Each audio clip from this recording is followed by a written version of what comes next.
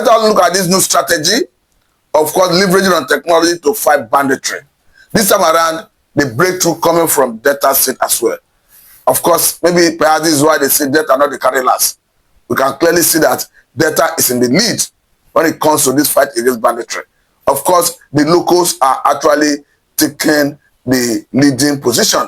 Because in this circumstance, we can clearly see a bold local individual who led military operation into the bushes, leveraging on technology, leveraging on drone, and we saw success in that regard.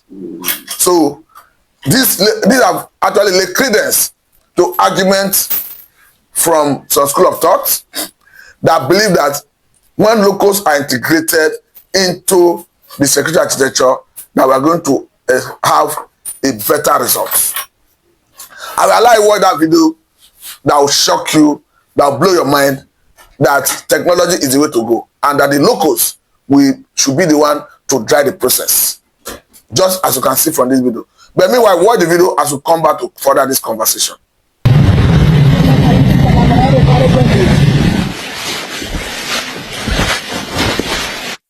Guys, this is what we need in this state right now. This is those states. One of the watch. See equipment when these people they buy for Delta State when they say they observe kidnappers. They watch. Now that they observe them with laptop now. One of the watch. Guys, they share this video. They share this video. This was edited by Dr. Jude. They also direct them where they need to go. Now see how now it's not direct them, they don't move. They go fight like this now. They don't move. Now person they direct this war, when they do this war, let the people high risk. Guys, just drop a word of prayer for that guy. Now the drum that they show them for computer. Go see how. They show them, they direct them. See the high risk here, that guy they see. And that guy is lead that squad. Combination of soldiers, police, the drum, now they say. Soldiers, police, Napa, don't go shoot them like that. Now they know the good year now. They know the good year now. As you shoot them now, see how they don't read them. These are the money when they run leave, when they be take pay ransom. Please, and the money when they run leave be that. So having watched the video and making your own personal appraisal of what you think of the video, I think for me, one appraiser is one, all crime is local. And if all crime is local, the locals have better actionable intelligence that is needed to combat those crime and criminalities. Another issue has to do with the locals know the terrain better than the security agencies, security personnel who will be perhaps posted from other parts of the country who may not know the environment very well. So integrating the locals into the security arrangement will actually enhance efficiency. And ultimately, seeing that the traditional rulers have a pivotal role to play in the security arrangement is the way to go. Because one, the traditional rulers have moral authority over his subjects, over the people within his jurisdiction. So when it comes to diverging actionable intelligence that will lead to nipping crime in the bud, there is already breach of trust between the locals and the security agencies. Let me quickly say that this is perhaps we saw the lynching, the disalifing of the Uromi 16. So if the security agencies synergize with the locals and the traditional rulers play a pivotal role, such intelligence could pass through the locals to the traditional rulers who can in turn seamlessly pass it to the security agencies for operation. Because to be quite honest, at some point we must reject this security architecture. I must say the current security arrangement is not working. The command and control system that comes from Abuja trickles down to the local is not obviously working. Because I'm of the view that if the governor goes by the name of the governor and the chief security officer of the state, that it should not just be in principle, it should be in practice. That it should not be on paper, it should be on ground. That the governors should be allowed to parade some level of security power. We understand that this is part of the predicament that was faced by Amateku then under Muhammadu Buhari. Because having been established by the Act of State Houses of Assembly in the southern part of the country, their predicament was the inability to bear arms, because when it comes to bearing arms, buying of arms, deploying of arms in Nigeria, you need an end-user certificate that comes from the Office of the National Security Advisor, which Amateku could not get under the last administration of Muhammadu Buhari. We understand that even the then governor of Ondo State, Akere Dolume, so rest in peace, was always was always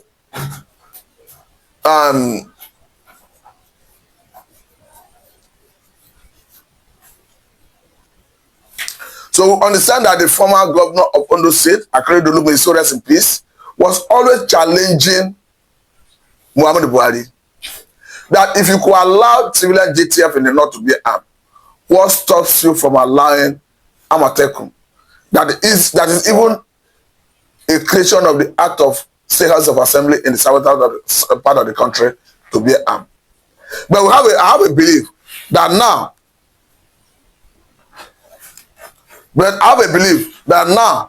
that we'll have a Satan in the saddle, in the person of Tinubu, that he should do things differently. And why I sincerely believe that he's going to do things differently is seeing the position of the Director General of GSS, talking about Ajayi, who have echoed that the locals should be empowered to be the first line of defense in case of invasion. So it gives me confidence that seeing somebody who occupies that high echelon position in the government, advocating for that the government will definitely give it a thought. And what equally came to gladden people's heart is when the government came up with the idea of forest guard and assuring Nigerians that they will be trained and equipped from the office of the National Security Advisor. I think this is the way to go, but the question is, I'm not even comfortable seeing that the governors are not giving it the seriousness that it deserves. Because by now I thought that all the process of recruitment would have been completed. Perhaps waiting for the training from the Office of the National Security Advisor and arming from that angle, so that they will be deployed into the bushes, the forest, to fight this banditry. Because one thing is certain, there is no way there can be meaningful development in an atmosphere of insecurity. Because one, you have to deal with the insecurity before you talk about even infrastructural development. Because in a way, even cultivation of crops is a problem. So even if you wanted to even diversify the economy into agriculture, how do you not have such environment to do so? A situation where the likes of Toji Bello, Ada Aleru, and co are levying communities, imposing fine on communities, dictating who should farm and who should not farm. So we must deal with this insecurity for us to have an environment that will improve the economy. Because even in the angle of trying to woo investors, I must say that no investor will be ready and willing to bring his investment into an environment of insecurity, because the world is already a global village. They see what happens in Nigeria on a daily basis. So for it to even woo investors that they will come, they must be assured that the personnel they are bringing in, the resources in terms of money they are bringing in, will be in a safe environment. Because no investor will want to bring his money, his personnel at times who are expatriates, to environment where kidnapping is order of the day, like we have in Syria and in some other part of the world. So we must deal with it. That is why every patriotic Nigerian is behind the move of the government, talking about federal government, to ensure that they stamp out banditry, to ensure that they arrest the likes of Toji Bello. I understand that the military have made it very clear that Toji Bello is a working corpse, which indicates that his days are numbered. I must say that I'm totally in support of the military to take out Tony Bello. There should be no negotiation. There should be no concession. Because to do that is to say that the life of Nigerians and even the military personnel who die on daily basis in the hands of the same Tony Bello and the lives of other Aleru have no value. So the only way those who are dying in the hands of Tony Bello, other Aleru can rest in peace is if they see Nigerian government going ahead to neutralize them in the battlefield or arresting them, prosecuting them to act as deterrent to others. Because the way it is, I understand that Tony Bello is already suing for peace. I must say that the Nigerian government should not buy into it. Two options is what is available to government that is honorable. One, whether you call himself Ada Aleru, whether he call himself Tony Bello, the same way the Mahmuda leaders were arrested, let them be arrested, or let them be taken out from the battlefield. Those are the two honorable actions that Nigerians are expecting. Anything that like negotiation is out of it, because it exposes Nigeria as a weak sovereign state.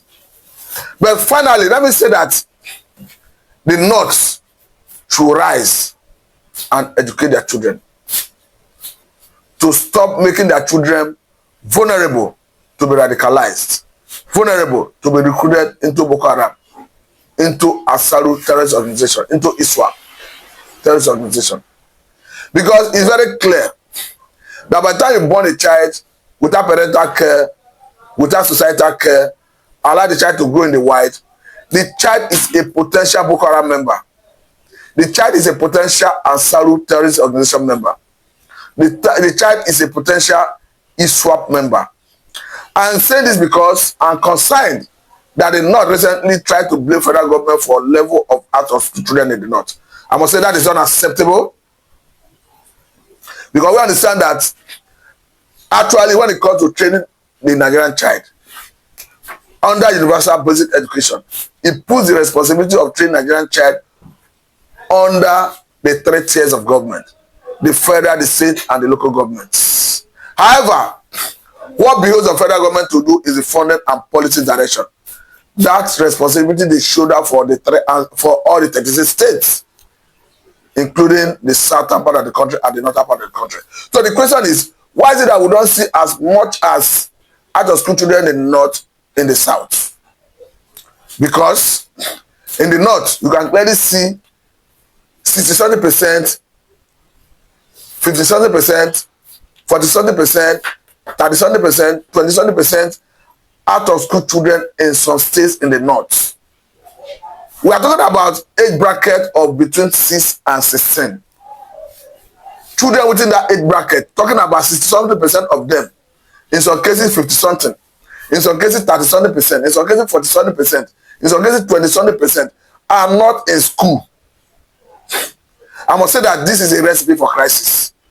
There's no better way to say it. These are potential Boko Haram members you are breeding. These are potential bandits you are breeding. There's no better way to say it. The North should rise and train their children. Because the money that being used to address insecurity could have been used to address other areas of human endeavor in Nigeria.